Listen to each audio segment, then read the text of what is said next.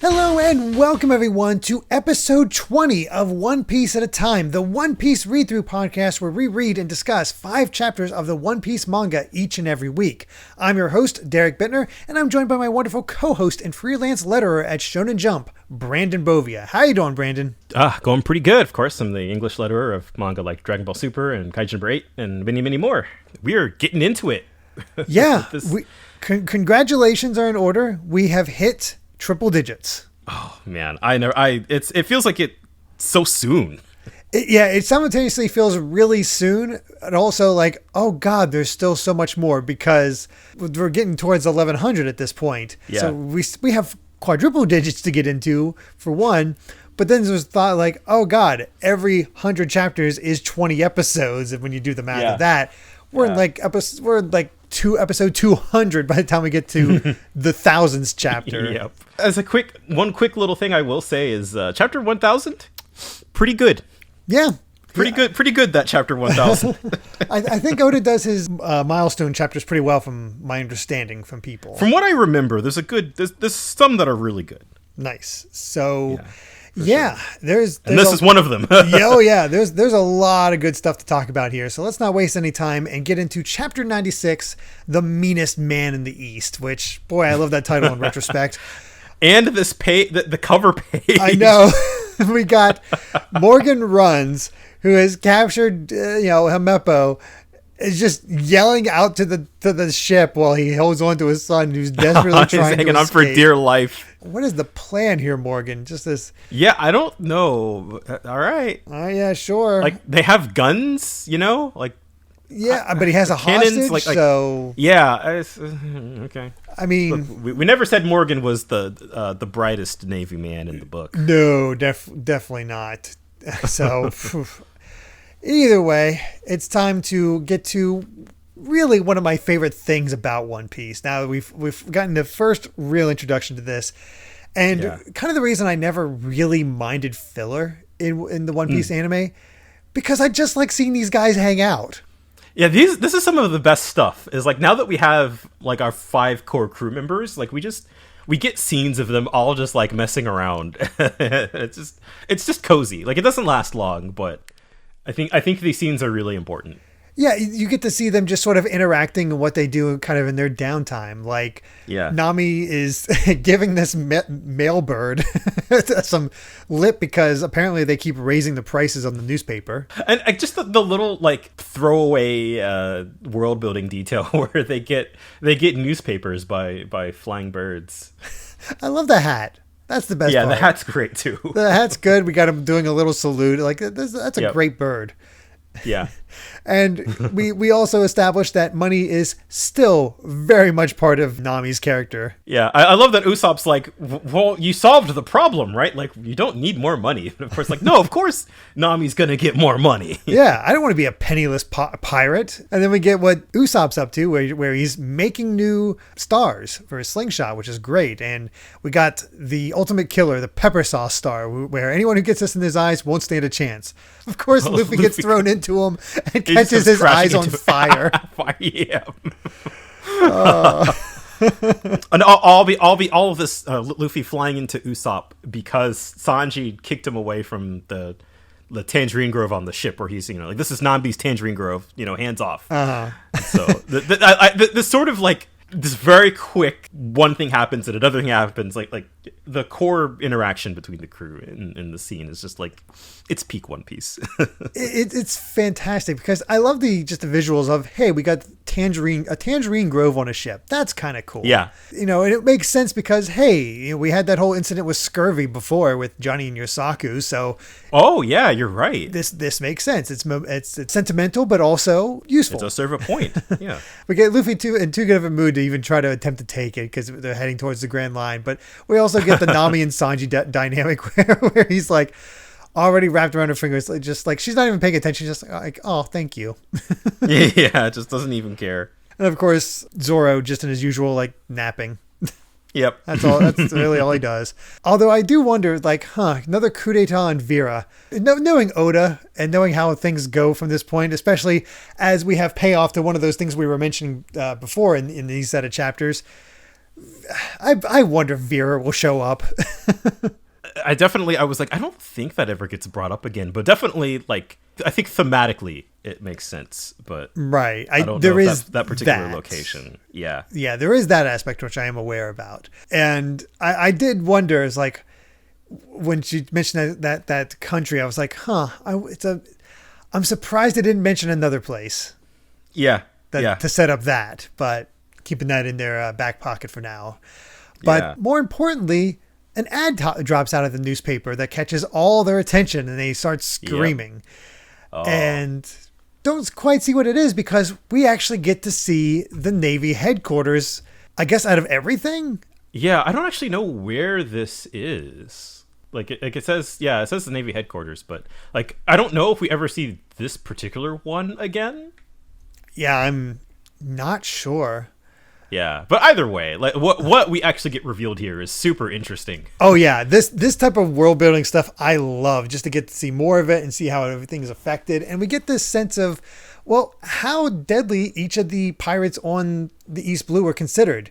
Buggy worth 15 million, Don Krieg 17 million, and Arlong 20 million, which it's insane to me that Arlong was only worth 5 million more berries than Buggy. See, that's just because Buggy is secretly the most dangerous pirate in the East Blue. That is a good point. And Krieg is only 2 million more than Buggy, so what a baby. Yeah, seriously.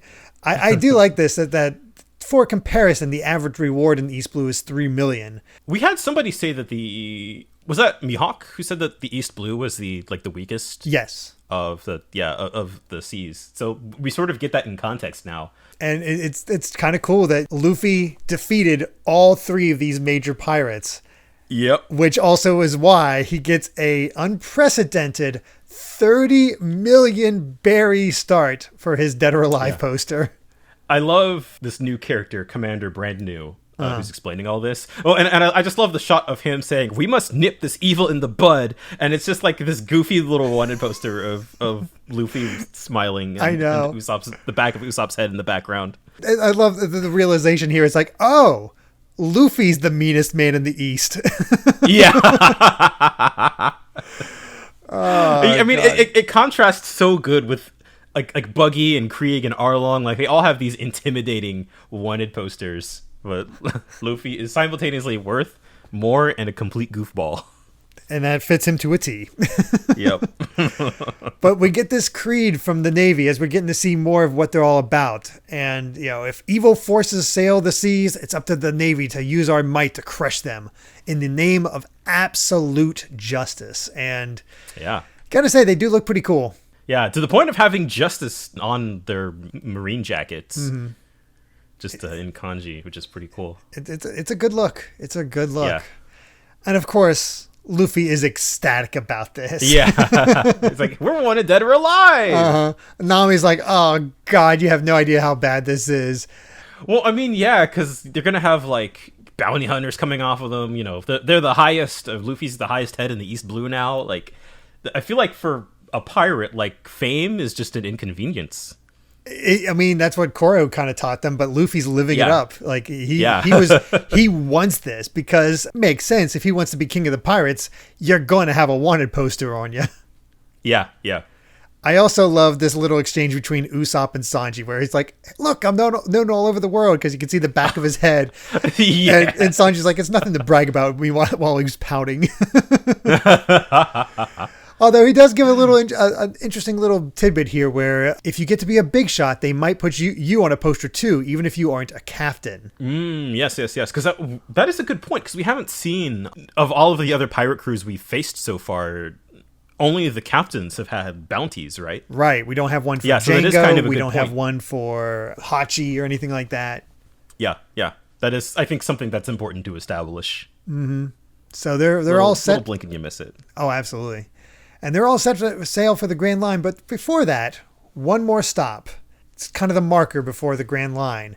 The famous Rogue Town. The town of the beginning and the end, where Gold Roger was born and executed. And that's such a cool idea. That's a cool idea to have that sort of there. Also, in the original translation, I thought it was Logue Town. At least when I read pretty it. much every other version uses Logue Town, which like Rogue Town makes more sense. It does. But I think Oda spells it out as Logue Town. Okay. So I think that is the intended spelling, but it is the one that makes the less sense. And I don't remember off the top of my head like why it's called that. Actually, I can tell you right now. It's in log, as in prologue. That's why. That might be it. Yeah. Yeah. This is essentially the end of the prologue. Yeah, it is. And yeah. I think that we're going to go with Logue Town. Yeah. Because I think that's more thematically, because this isn't a town full of rogues, certainly not with who's there, Yeah. as we see. Yeah. So, yeah, that must be, I never thought about it until now, that's why it's called that. It's like, that's a weird name. Yeah, it is. So, yeah, they arrive at Logue Town. It's going to be hard because they have Rogue right in front of me. Yeah, exactly. Yeah, it's another Zoro Zolo kind of thing. I will say that the thing that first caught my eye when we get here to Logue Town is like it's such a more like dense location, just like in terms of the background art, compared to anything we've seen up to this point. It feels like Oda's been sort of like leveling up his background art skills. Yeah, it feels like an actual city. Like there are so many people here, so many details. Like you get a sense of what this city is like. Yeah, and I guess when you put it that way, like we haven't actually been to a proper city in the story yet. Like we've just been in these little villages. And maybe that's why East Blue is so considered not dangerous, because it is. Yeah, it's kind of like the Hick town, the Hick part of the One Piece world. Yeah, that makes sense to me. Yeah, now we're in a proper city, and we've of course have the group splitting up. It's time to split the party like in D&D. So Luffy wants to see the execution scaffold. Sanji's going to check out the for some good ingredients while and some cute chicks. He's going to probably get some good ingredients here and some cute chicks. Sure, Sanji, sure. Usopp's out for some equipment. Zoro has something he wants to buy. And we get Nami's whole thing of, like, I'll lend you some money at 300% interest. So good. That is just her thing. Like, I love the pure joy on her face. Yeah. I don't know if that ever comes up later. Like, does Zoro go shopping with his own money? Or, like, does he owe Nami the 300% interest? I don't know. I mean, it kind of works out for him because, as we'll get to, but we start out with Zoro, where we see two large, strange-looking pirates, and I think this is also a precursor to how strange Oda's these characters are going to get weirder and weirder. Oh yeah, you want to talk about a prologue? This is certainly the first step to that idea, where you just got these strange body types. The guy on the left, on the bottom panel, he looks like General Grievous from Star Wars. A little bit. Just with his little, just like his long chin and just like hunchback. He just needs like four more arms. Yeah. But they're threatening this random woman who's standing in front of them because their boss is in jail. Apparently, because of this monster that she's with, their dreams of ending the Grand Line are ruined. So they attack her. Does not matter. She takes them down seemingly with no issue before tripping over her. She trips at the end. You're like, she's super cool. One shot, all it takes, and then just boop. Yep, down on her face. Yeah, and everybody's cheering her on. But Zoro goes to help her out, gives her glasses, and that's when we get that reveal. Yeah. Well, I mean, I guess if the readers have been following along for this whole chunk of chapters, then I guess we can say that like this character looks a lot like Zoro's childhood friend. Yeah, it was hard for me to tell at first because a lot of Oda's women all look the same. So I was like, is that supposed to be or? Yeah, that's the intention. It's also been a lot of time, like maybe like 90 chapters. Yeah, that was a long time ago since we learned about Kuina. So yeah, that's kind of a big deal for him, but. I completely forgot about this, where we get to see... Oh, this next scene is so hype. Oh, it's so cool. We get Mahawk arriving on just a certain island. A certain nameless island. And they're all the pirates around him are freaking out. Yeah. And you get to see some very familiar characters. We get to see... Ben Beckman. Beckman, that's it. And we get to see Yasopp there hanging out. Yasopp looks like he's about to drop the most fire album. Just his body mostly in shade, arms behind the head. Seriously. And I love this interaction. It's like, this is unexpected, Hawkeye. I'm in a bad mood. You're here to challenge me? And it's like, oh, I don't challenge one-armed has-beens. Where he's just here to talk about Luffy. Mm-hmm. And I love that we get our meat-eating guy, a little look at him. And also just this shaded look at Shanks still here. Yep. And just excited about the fact that Luffy's made his journey. He's like, we got to celebrate. He's like, what about your hangover? How can I not drink on a day like this? That's why he was in a bad mood, because he was having a bad hangover. The interesting thing to me, and I'll only throw this out to the readers who've maybe read ahead, is that, like, I don't know what Shanks' current position is at this point in the story. You mean in location or... Both. Okay. Just in terms of, like, yeah. It seems to imply he's on the Grand Line right now. Yeah, from what I can tell. I don't know if we ever get, like, any more about his relationship with Mihawk. Mihawk is a warlord. Yeah, it's fascinating. Yeah. Mihawk is ostensibly there to curb pirates, but he apparently has a friendly rivalry with Shanks. So yeah, and I guess that's the part that I'm interested about, and I don't know if the story ever elaborates on that. I don't think they do, but I have no idea. It was interesting that it was Mihawk of all characters, who I guess is ostensibly the most powerful character we know in the story right now. That is true. And for him to be like, "Hey, Shanks, what's up?" It's like, oh, okay. Yeah, that's interesting. Yeah. And we get the name of Luffy's village at this point, Windmill Village. I love the townsfolk are all just celebrating that, like, yeah, he's living up his dream. We might be the home of a famous pirate yet. That'd be great. And the mayor's still like, something a little ominous. His dream or his destiny? You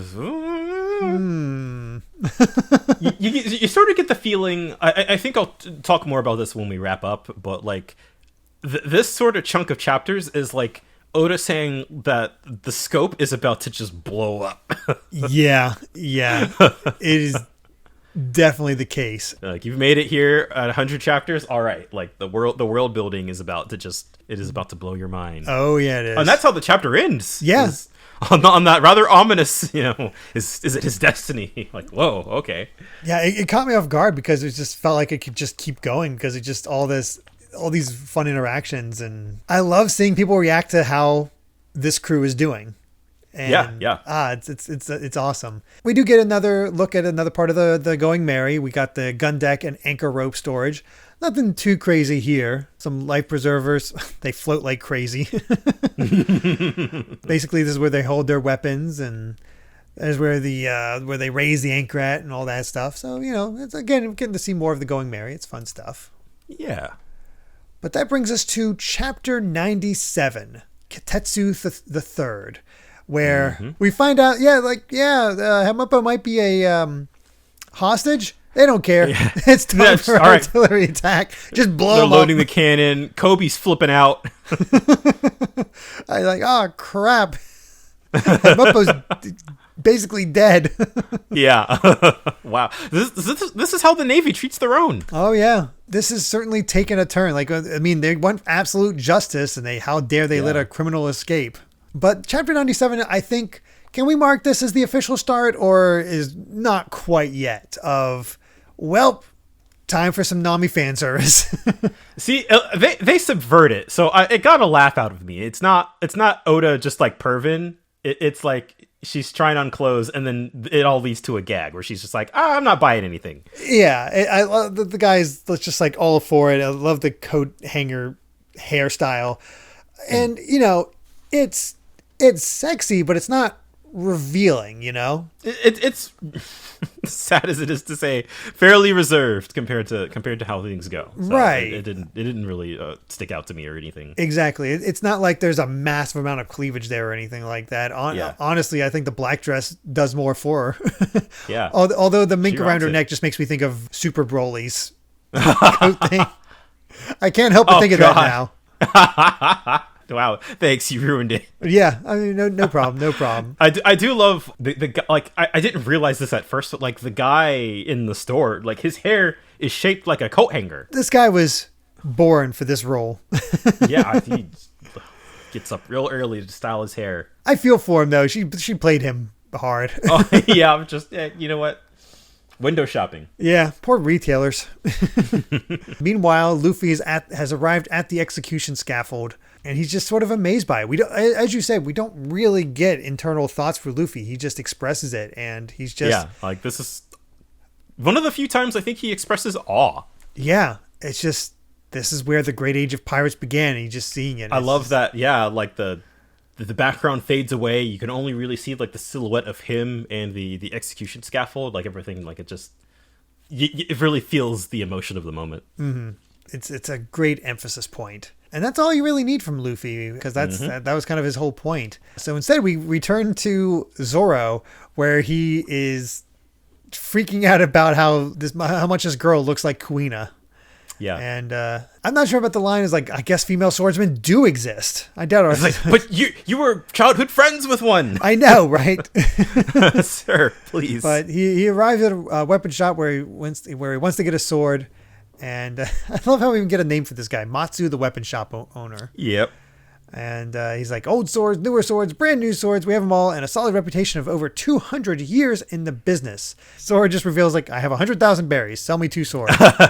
Chump change. It's like, this guy's a bum. What an amateur. You only get a blunt sword. Oh God, it's a very different. That's a very different store. All right. He says he's low on cash. It makes me think he didn't get a lot of money from Nami. I don't know. Yeah, if it sounds like if he's only got 100K, which is like basically barely enough for one sword. Yeah, it's if we translate this directly to yen, which translates to dollars, that's roughly $1,000, which is still a lot. But for 2 different swords, I can imagine you can't get a decent sword for $500. Yeah, probably not. Matsu seems really disinterested until he spots Kuina's sword at the one that Mihawk didn't break. Yeah, so thank God for that. And seems like there's actually a reason for that, as we learn. But he's like, oh crap, this is a big sword. He just walked in with a legendary sword. Time to scam him. And he's like, this sword's no good. Basically. and I love this escalation of like, he's basically like, I'll pay, more and more for it. And Zoro's just like disinterested. Like, sorry, dude, it's not for sale. I love that. It's like, listen, it's junk. I'll give you 200,000. No. 500,000. No. 650,000. It's junk. You just said it was junk. Yep. And that's when the girl shows up and she's like, oh, don't say it. Don't say it. And we get a name for it. The Wado Ichimonji, the Straight Road of Peace. Yep. Even Zoro doesn't know what it is. It's like, sure, it's its name, but it's no great shakes. And I love this. Again, we get sword lore in this world. It's one of the great 21. It's a famous sword. Surprised that there's sword lore. Yeah, I kind of forgot about that, to be honest. But it's actually worth 10 million berries. The guy's just like, how dare you do this? And she's just like, oh, you're here to pick up Autumn Rain, right? I've polished it, and just tosses her sword. Yeah, I definitely love the like he's over here trying to scam him.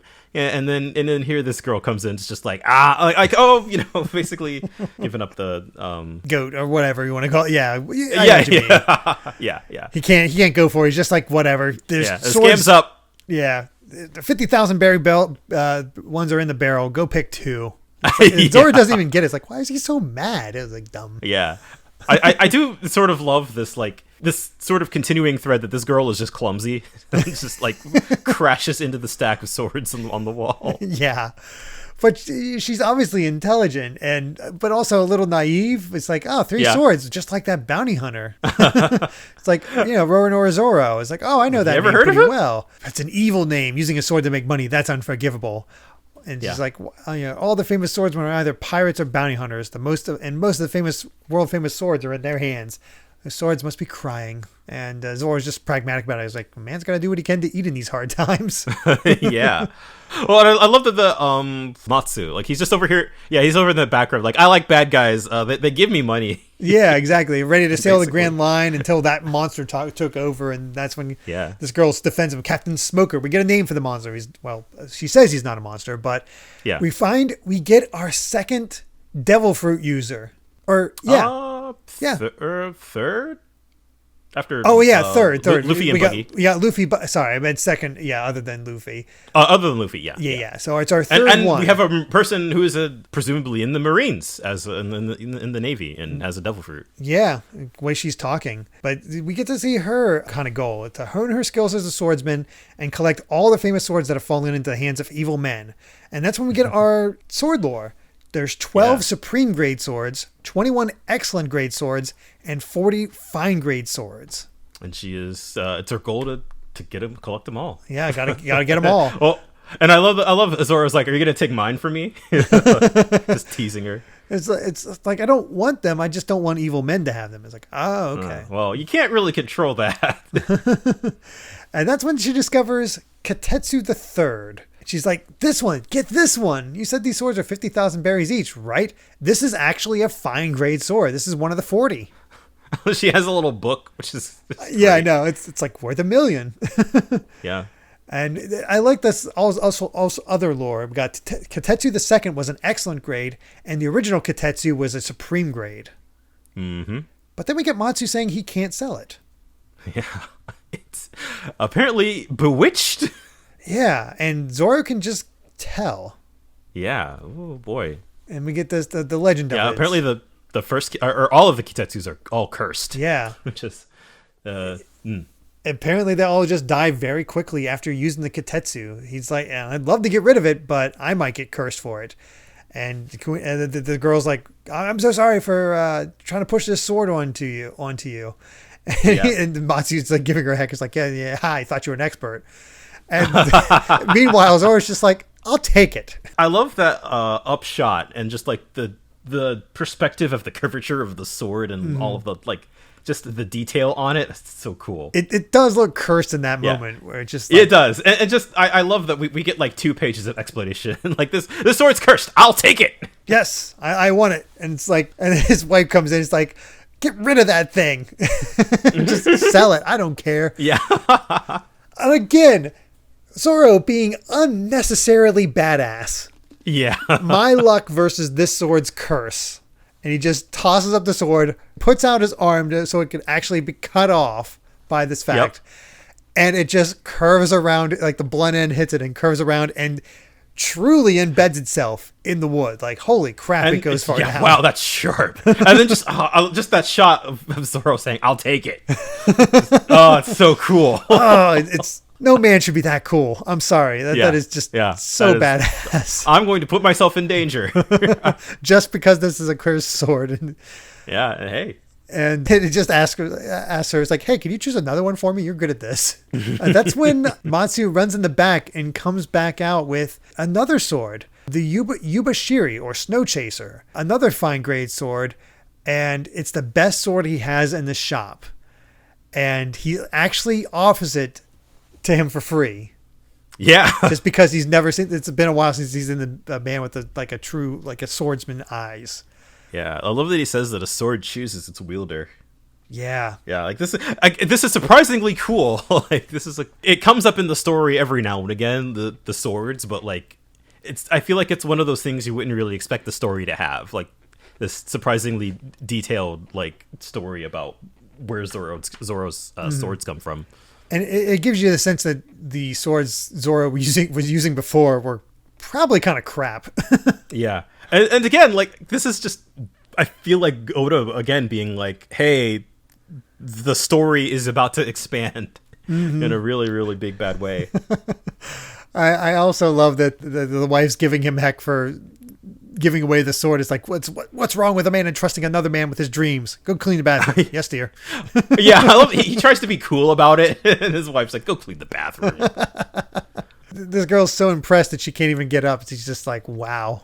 Yeah. Weak to the knees. That's when we get an idea of what this girl's name is. Toshigi, as we meet Captain Smoker, or at least get a sense of him. He's smoking, well, he lives up to his name. She's smoking 2 cigars at once. We got to pour one out for the poor guys at 4Kids who had to take out all the cigarettes because this guy just has them in his mouth constantly. I mean, yeah, we have Sanji as well, but they turned that into a lollipop. I don't even know what they did for him. They just took him out. Like, he just has smoke coming out of his mouth, which wow, makes sense when we get to it. That's true. I mean, Yeah, it works, but oh gosh.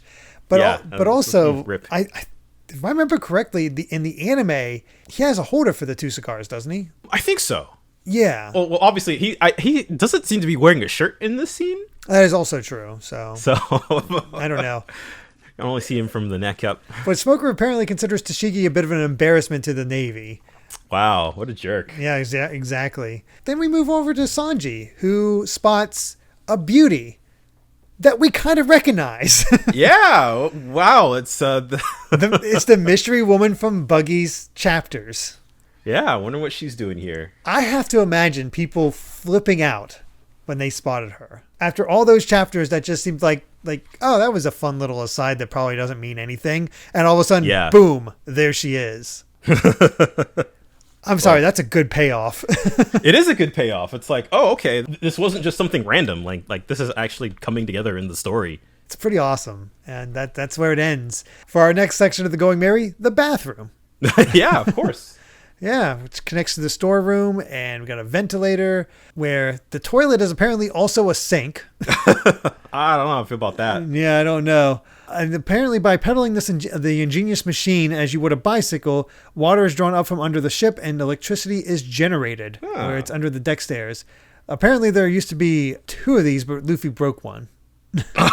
Which, yeah. Yeah, that makes sense. All this detail. But yeah, they have an explanation about how the water gets purified through the whole process. That's crazy. I don't think we ever see any of this stuff in action. Probably not. But it's time for chapter 98, Dark Clouds. And Kobe steps forward, a hindrance to the artillery attack, stepping in front of the cannon because how dare you blow up my friend.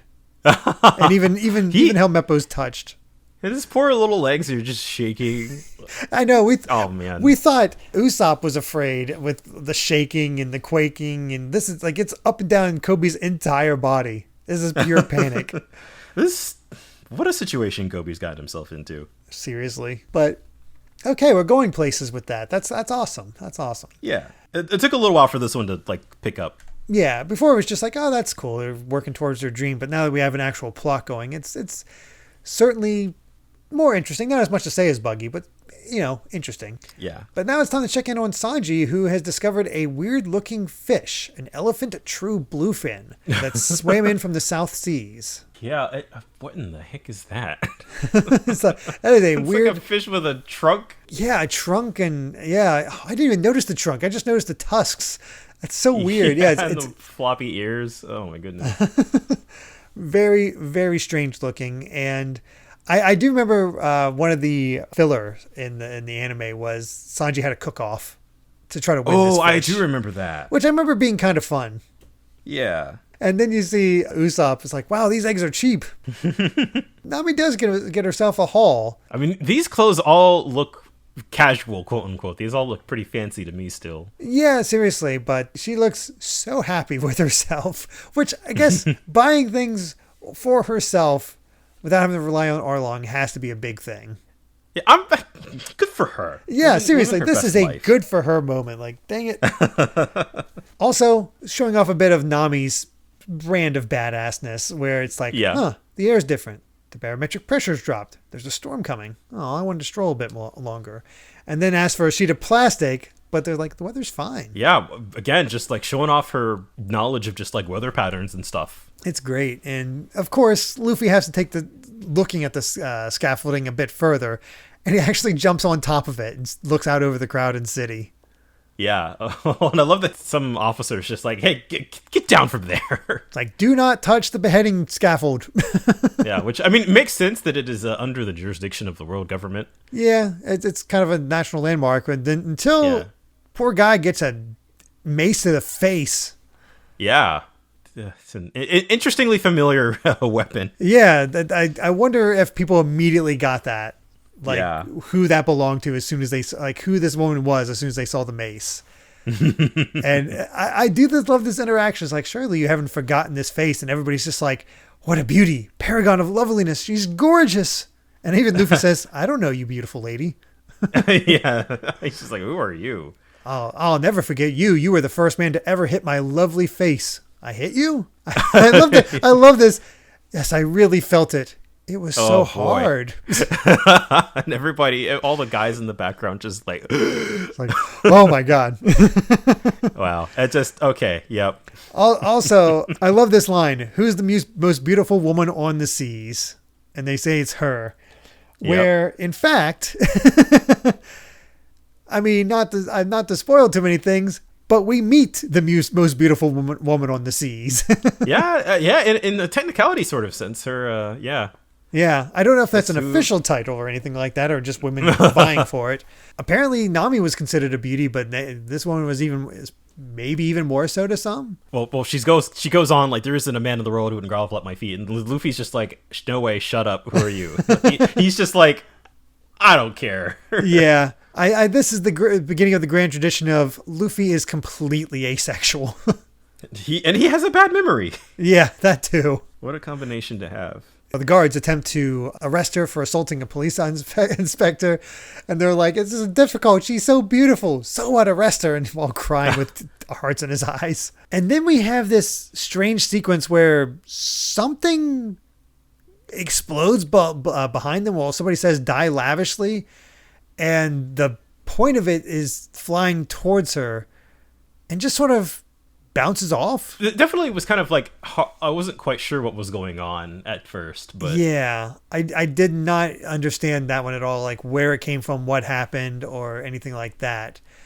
And of course, if we have this woman, Buggy is back. Buggy's here. Yeah, even just seeing his nose. He's hooded, but he's got that big old nose. Oh yeah, it's like, but her smooth, silky skin can never be marred. You needn't worry. And that's when we find out this is the Lady Alvida.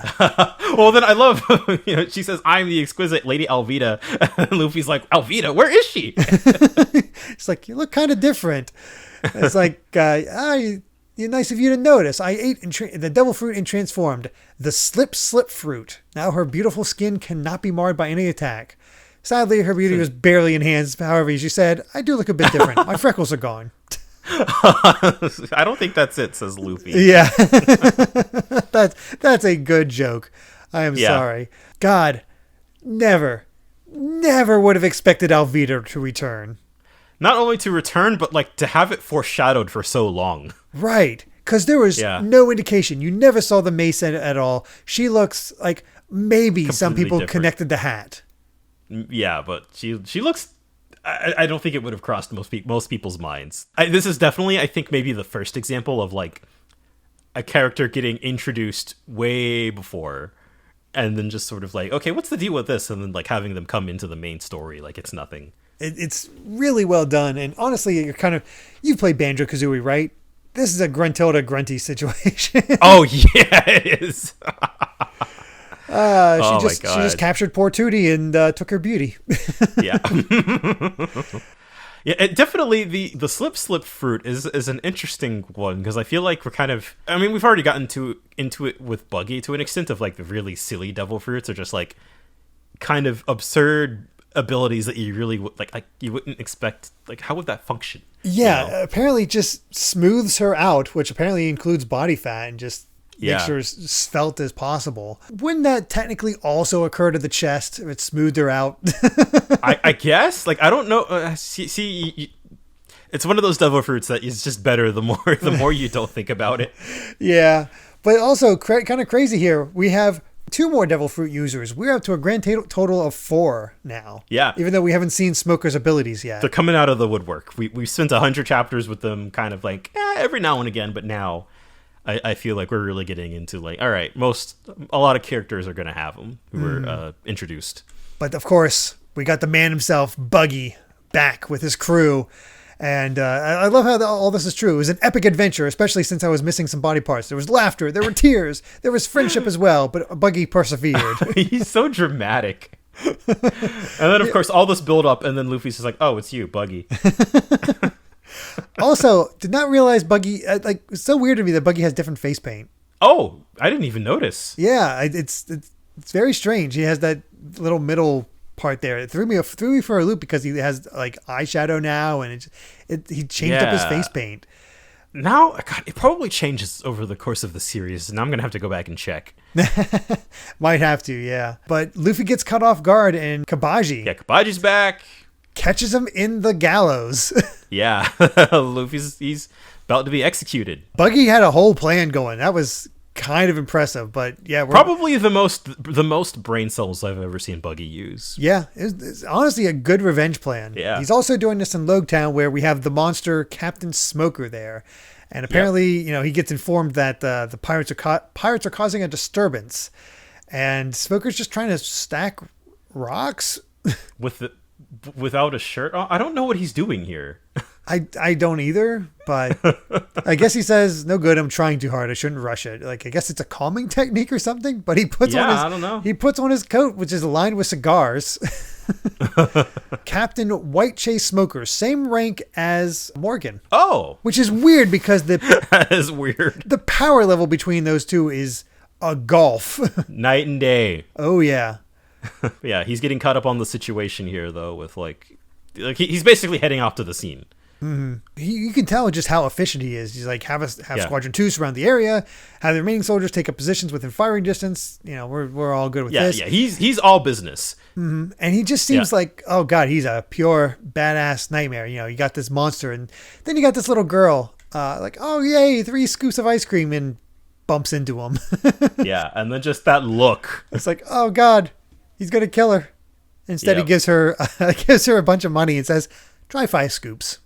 I think that might be the first nice thing we've ever seen a Navy person do in the entire manga. I think so. I honestly think so. Like, this is the monster of Logue Town is this nice guy who gives girls enough money for ice cream when he accidentally bumps into them, or they accidentally bump into him. Which is a cool misdirect, because he's definitely been built up to be this horrible, intimidating, okay, all right, he's another intimidating Marine guy that we're probably going to have to fight. Okay, he's got a soft spot. He does. It's nice to see them have this. He's a good guy. Yeah. It's the save the cat moment. It's like, oh, okay. Yeah. He's not cartoonishly evil like the rest of them. God, no. Yeah. And that's when Tashigi shows up. We get to see her rank, Master Chief Petty Officer Tashigi. And you get to see a little bit more of their relationship. Yeah. I'm a little off today. You mean more so than usual? Yeah, I was like, oh, you can tell Smoker is just kind of done. Yeah, he's just like, oh my God, he's used to her being all And then we got everybody. I love this just happenstance way everybody comes together. It's like Usopp and Sanji carrying the fish, Zoro just wondering what's going on, Nami focusing on the weather, and they just come to a head. They're like, all right, where's Luffy? Oh, he wanted to see the execution scaffold, which is right in front of them, basically. Yeah, and. They're just like, who's over there? And it's like Iron Mace Alvida, Buggy the Clown, and Monkey D. Luffy. Luffy? Never heard of him. We just got word a few days ago. 30 million berries on his head.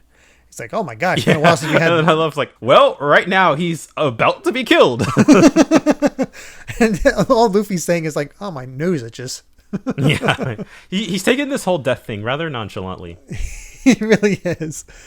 And that's it for that chapter, where we get the final 2 spots of the Going Merry. Luffy's favorite seat on top of the goat head mast, and Nami's tangerine grove. Very important. Very important. Good stuff. Oh boy, there is a lot. You can tell this is just all story heavy chapters, because we are just... Yeah, woo! We got 2 more left. Yeah, we do. But chapter 99, Luffy died. All right. Well, spoilers. Cool. Got a new protagonist after this point. Yeah. God, I love this title. A hindrance to the hindrance of the artillery attack. Just building off those titles is so good. Yeah, and Kobe's shotguns here just getting sliced. Yeah, I love the detail that it. Not only are the pistols in his hands sliced up, but the pistols in his pockets. Yeah, I'm wow. This guy's efficient. How do you even? I have no idea. But man, the grandness of this right from the get-go. Love that narration. Legends that endure in the future were events that took place in the distant past. And the legend begins with Buggy is giving Luffy like a trial. He's like, he's guilty of getting on his high horse and upsetting me. How dare he? And even Luffy's like, oh, I've never seen an execution before. But like, you're the one being executed. Buggy's just eyeballs. Stop joking. But both of them really eyeballs pointing out, like, hey, like Luffy now just grasping the situation. And once again, Buggy continuing the tradition of his mouth has never closed. Yeah. It is always as wide as possible. Very, very large.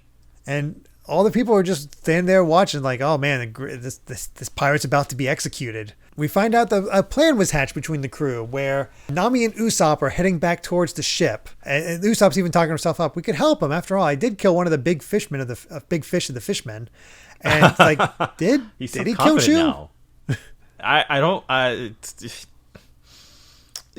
Would Usopp really exaggerate a story? I don't think he would. That's a very good point. But yeah, Nami's like, we got to get to the ship because a storm is going to hit this island. And it's the calm before the storm. So what do we do if we try to escape and the boat's gone? So as soon as Usopp hears that, he takes off. Yeah. And then we get this ridiculous song. Who's the one that rides the Richie bike? Tell me who it is. It's me. I forgot about this. Like, it's just so stupid. This look where, thanks to that SBS, we know those bunny ears are actually his. It's not part of the helmet. That's Moji growing out his hair, and there it is. And he's riding on top of Richie like a motorcycle. Richie looking. Yeah, he's got his mane like tied up in pigtails, and he's holding on like their handlebars. I know. It's just there's a lot going on in that one, and it totally amounts to nothing. Like it's just like a sight gag. But I love it. It's such a good sight gag. Yeah. And there is a real threat there where it's like, oh crap, we got Nami and Usopp facing off against Moji and Richie. All right, rematch. Because, we got to save the ship. Yeah, apparently he's got a match lit. He's trying to burn down the ship. Yeah, that ain't good. And I you gotta love the pragmatism as we switch back over to Smoker. It's like, should we text her? It's like, what's your hurry? Have we ever let a pirate escape from our city? No. Yeah, like, let them fight. Then shut up. Let them kill each other. It'll make our job easy. Yeah. it did say dead or alive, so whatever. Yeah. He's like, okay, sure. I love the weak, I'm sorry, please don't kill me. I'll never do it again. This is just so in character. Like, if Luffy was going to get executed, this is very much the, like, he just doesn't care. And Man, I love this. Any last words? You have a big audience. Well, no one wants to hear it. And then that's, of course, the moment Luffy shouts out, I'm going to be king of the pirates. Yeah. Oh, man, just that panel of him shouting in front of that huge crowd. And, of course, everybody's freaking out. Like, did he say king of the pirates? Like, whoa. Yeah, it's like, and to say it here, of all places, that is, that's a statement. That is a statement, yeah. Like, this is where Gold Roger was executed, and so for Luffy to sort of like show up and be like, I'm gonna do it, that's huge. And Sanji and Zoro show up, but he's like, oh, you're too late. He's getting ready to chop him up, and that's when they find like, oh, Zoro's here. It's like, and Tashiki's like, Zoro here? Yes, like, what? And it's like, oh, hey, Zoro's working with that monkey guy and his pirates. It's like, oh, and Tashiki finds out, it's like, oh, it's that guy. She's had a lot to catch up to, despite meeting him. Mm-hmm. And there's this big fight between the buggy crew, and it's like, they're not strong enough to take him out, but it's also one of those things that... Like, they're mowing him down. Yeah. They're just taking up enough time. And both of them so desperate to get rid of the platform. And I love this. We see the sword going down, and as it's going down, Luffy shouts out each member's name and just says, sorry, I'm a goner. Yeah. And with a big old smile. And that freaks out Smoker. Yeah, he laughed. Man, that 2-pager, well, near 2-pager with the lightning strike. Yeah, I love that panel of the execution platform just like going down in flames, and Buggy also going down in flames. Buggy on fire from the lightning strike. The hat flying down, and then Luffy picking up is like, oh, I'm alive. Lucky me. And everybody is like, are you serious? Yeah, they cannot believe it. I love Sanji. Do you believe in a higher power? Don't talk nonsense. It's like, all right. Of course, so Smoker is the one, like, all right, what was that? Yeah. He accepted his fate. He saw his death, accepted it, and laughed. Which is such a great moment.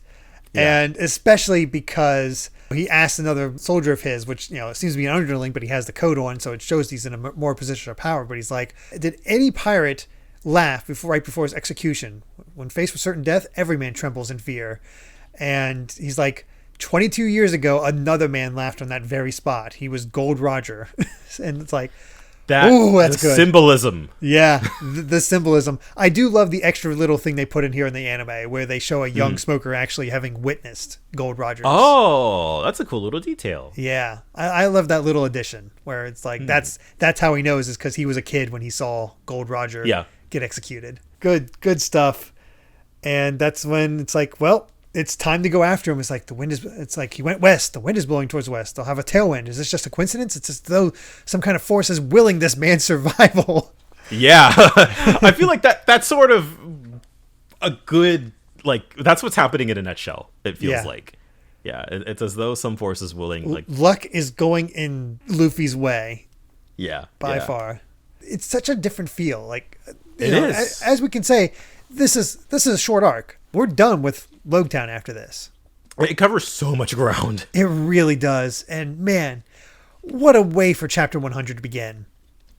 These things cannot be stopped. An inherited strength of will, one's dreams, the ebb and flow of the ages. As long as people hunger for freedom, these things will exist. Another quote from Gold Roger. And just that close-up of this character we've never seen before. Yeah, mystery tattooed man. It's like, a pirate, huh? Not a bad idea. Oh, man. What the heck does that mean? Yeah, and he's just, it's raining. He's got a cloak on. And then what a title page. The legend begins, and just seeing all of them together, all the treasure, just, it's so good. Yeah, that's a good title for chapter 100, and boy. Yeah. It feels like it's been a long time coming. The indication that, congratulations, you finished the prologue. Yeah, the story has now begun. Yep. But of course, we have a bit more ridiculous here. Is that now Smoker's coming in, and every pirate needs to run. Alvida's like, all right, if an officer shows up, we're in trouble. Buggy doing this stupid joke is like, maybe I can beat them with my nose. You saying I got a big red nose? He's mad at himself and punches another guy. I don't get it. Look, Buggy, he just got struck by lightning. He's a little unhinged. And he still has the smoke coming off him. He got that little sizzle. I love that Kabaji's like, Captain Buggy, you're alive? Of course I'm alive. It's just devolved into complete chaos now, as is tradition for One Piece arcs. Oh, yeah. And you want chaos? We got the Chop Chop car. Buggy is able to have a motor, wrap his body around this whole thing, put his head on top of his back, and control it as a actual vehicle. It is somehow this looks even dumber than the Richie motorcycle. It really does. And then they set up a ski slope out of nowhere for Alvida because she has slip tracks, which allows her no friction. Glide along. Nothing can touch her because everything just slips off. Hey, I wonder how Luffy would actually handle her. Yeah, because his punches would theoretically slip off, but theoretically they just come up with other things. Yeah, it would. But then out of nowhere, smoke begins to course all around him as we get whiteout. And we learn what Smoker's devil fruit power is. The plume fruit. Yeah. He's got somehow the power to his body is smoke. But he's extended his arms and to make this giant smoke cloud, but the smoke cloud somehow has a physical presence, so it just grabs all of the pirates and Buggy and everybody, which you're just okay, sure. Yeah, and he captures all of them in one go, and then gets his own special vehicle, which is powered by his feet turning into smoke to power the wheels, I guess, to really rotate them fast. Man, I think Oda's been reading Akira lately with all these bikes. Seriously, he's been enjoying it. We also get just this really quick drop that Yeah. I'm surprised how much they did not explain this compared to the anime. And I don't even know if this is what they called it before.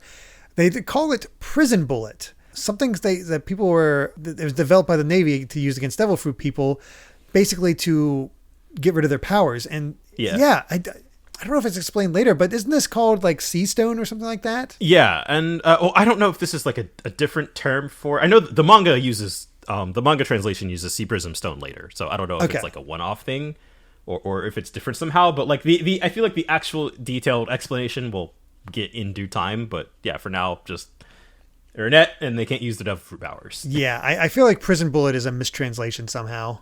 Mm-hmm. If it is a mistranslation, then it'll get fixed. The other thing that does not get brought up here, and I don't know what's going to happen with it, we don't really know much about Smoker's sword on his back, which is kind of like his prong thing. Yeah, I don't know when that comes into play. I'll be honest. Relative.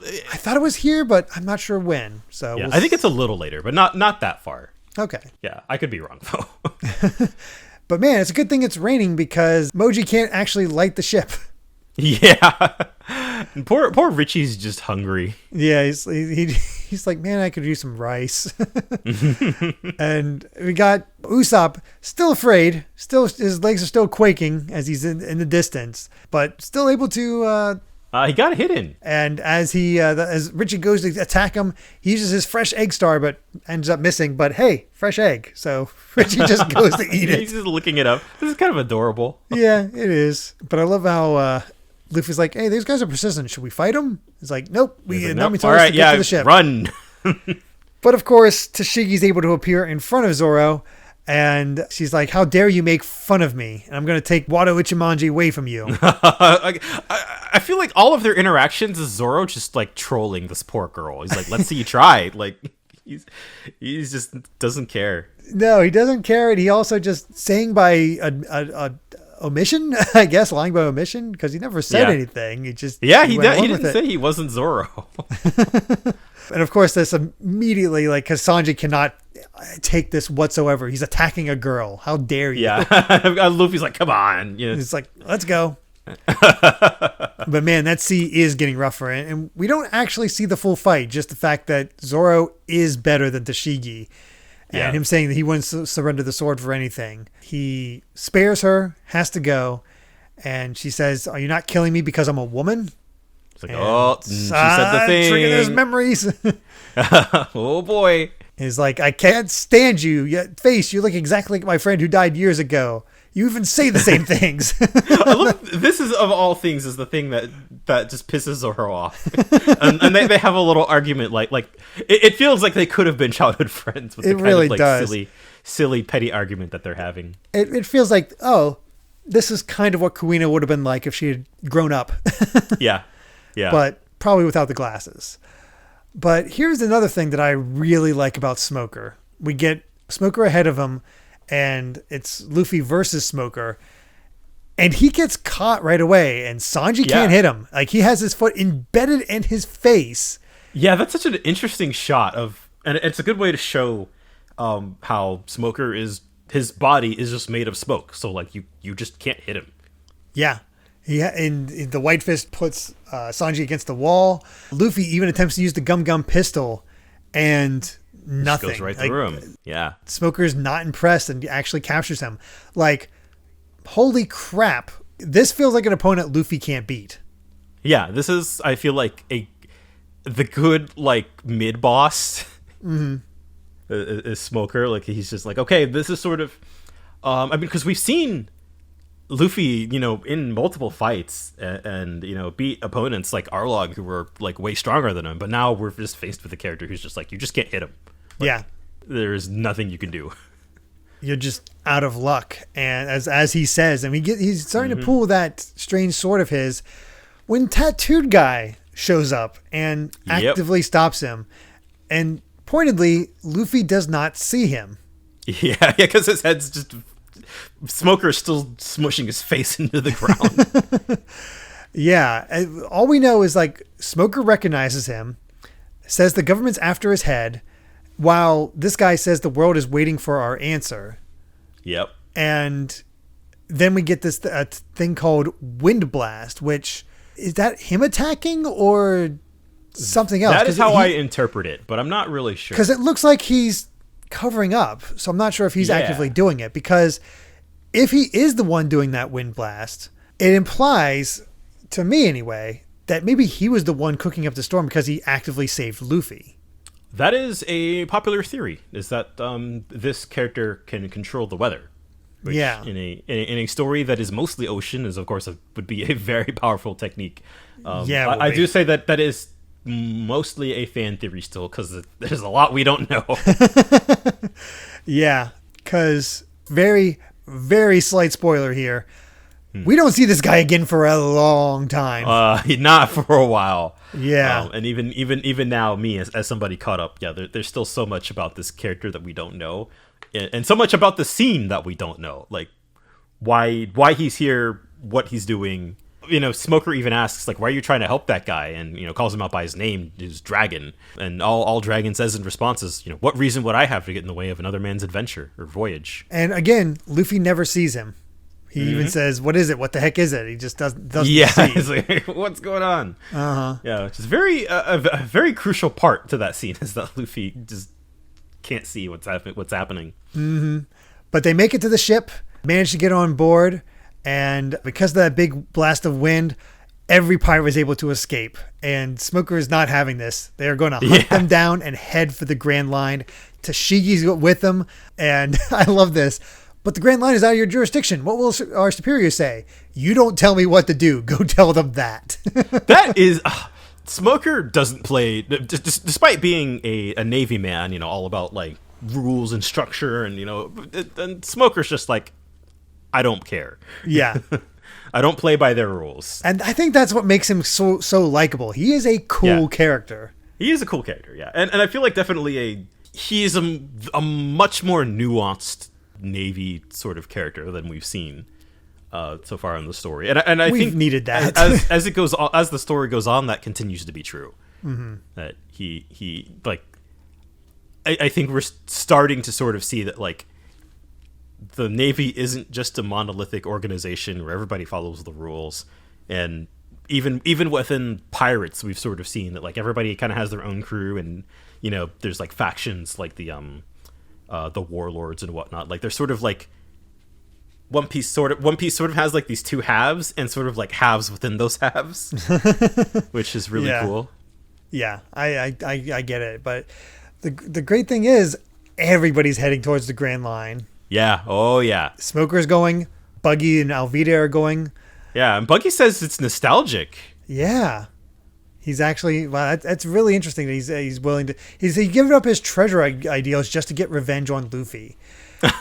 And they see a lighthouse, and that's the guiding light. Beyond that light is the entrance to the Grand Line. In the middle of this storm, they bring out a barrel and all put their foot down to declare their dreams before heading into the Grand Line. Such an awesome scene. Yeah, it is. It's so epic. I love this scene. Finding the All Blue, becoming king of the pirates, becoming the world's greatest swordsman, draw a map of the world, and become a brave warrior of the sea. And just all of them declaring their goals, just surrounded by the barrel, their like legs up. It's a cool visual. Oh, it is. And just that Grand Line, here we come. And there it is. We have done it. From this point forward, we're in the Grand Line. What an end to the prologue that this was. Like, it of course can never be just as simple as like they get there, but just like the amount of chaos that has just unfolded as the Straw Hats enter the Grand Line is just, it's something special. And what a wonderful little mini arc. Yeah. We got this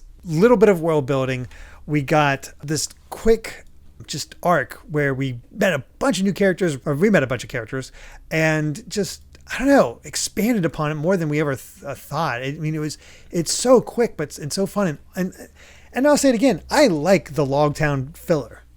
I think it really adds to it, and like, because it gets you that sense. It's that downtime. I love the downtime. I definitely, I haven't seen the anime version of this arc in a long time, but I feel like it definitely has like a stronger sense of place because you're in there for a little longer. Mm-hmm. Like you sort of get to see the Straw Hats kind of explore it and have their own little like mini stories. But the manga just like, it gets you everything you need to know.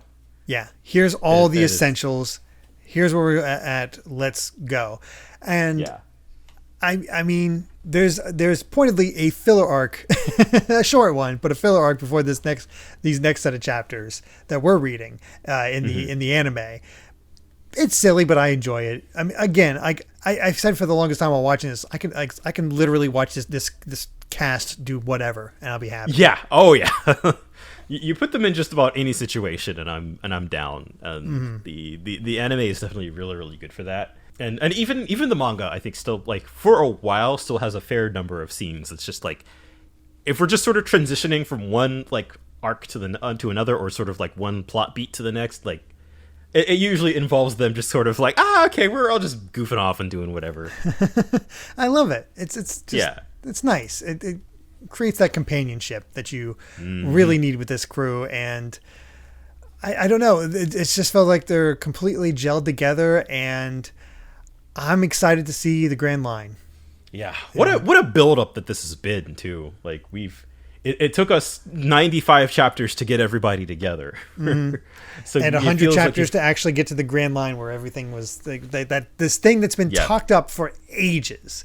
Yes. Like a pirate graveyard, but also a paradise for some. And see what happened to Krieg, and we know that Arlong is a kind of a creature from the Grand Line, and it's going to be fun to see what the Grand Line actually has to offer now.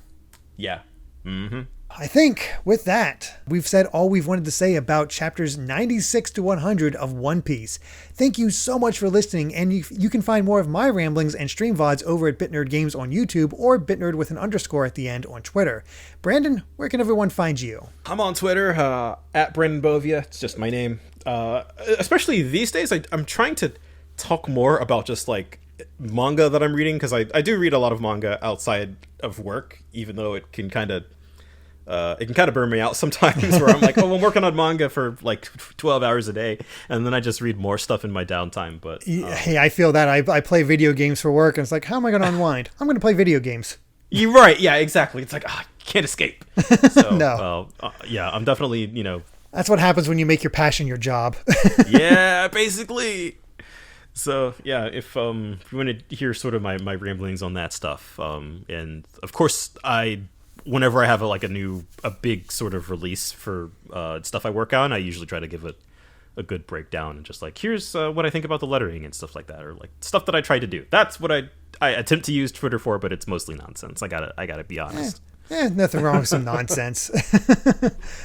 But definitely check out Brandon. Always fun stuff. And if you'd like to help us out more, you can support the podcast over at patreon.com/Derek Bittner. That's DERRICKBITNER, to listen to the next episode 3 days early. And make sure to return next time as we discuss chapters 101 to 105 of One Piece.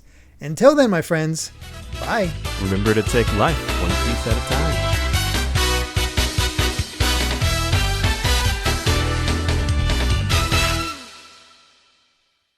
Lieutenant, think back. Have you ever seen any pirates who smiled on the execution platform? No, sir. It doesn't matter how tough the guy is. At the moment of death, they all turn pale and die in despair. That Straw Hat Man smiled. I saw it.